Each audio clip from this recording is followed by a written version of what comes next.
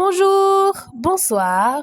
Nous vous saluons au nom précieux de notre Seigneur et Sauveur Jésus-Christ et vous souhaitons la bienvenue sur Jésus-Christ, le seul dominateur, une autre chaîne d'évangélisation.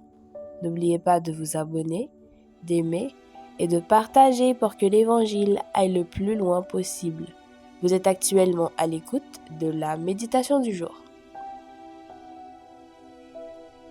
Frères et sœurs, par l'autorité de notre Seigneur Jésus-Christ, je vous prie tous d'être en harmonie les uns avec les autres. Ne vous divisez pas. Réunissez-vous pleinement, partageant la même pensée et le même objectif. 1 Corinthiens chapitre 1er, verset 10. L'apôtre Paul a exhorté les membres de l'église de Corinthe, par extension les membres de toutes les églises, à être en harmonie les uns avec les autres.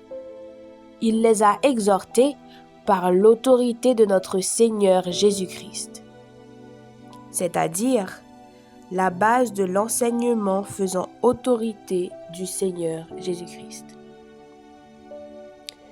C'est Jésus lui-même qui a prié pour que l'Église soit une. Il pria ainsi: « Père, je prie pour que tous ceux qui croient en moi soient un. Tu es en moi et je suis en toi. Je prie pour qu'eux aussi soient en nous. » Jean 17, 21. De toute évidence, l'unité entre les membres de son Église est important pour Jésus-Christ.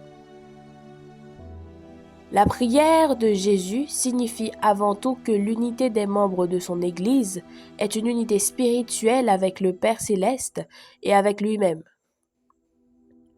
Paul conclut par conséquent que les membres ne doivent pas être divisés arbitrairement en différents groupes. L'exemple qu'il donne d'une telle division est celui de ceux qui disent « Je suis de Paul », tandis qu'un autre dit « Je suis d'Apollos », un autre dit « Je suis de Pierre ». 1 Corinthiens 1er 12.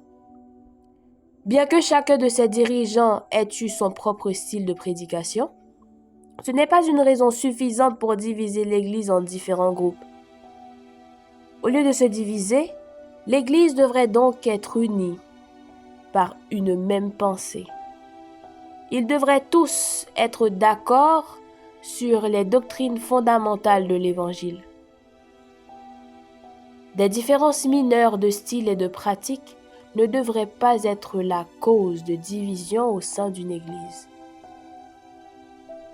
Outre une même pensée, une Église devrait être unie par un objectif commun. Bien que chaque responsable puisse avoir des objectifs uniques pour son ministère, ils devraient tous s'accorder sur le but fondamental de la diffusion de l'Évangile et de l'édification de l'Église.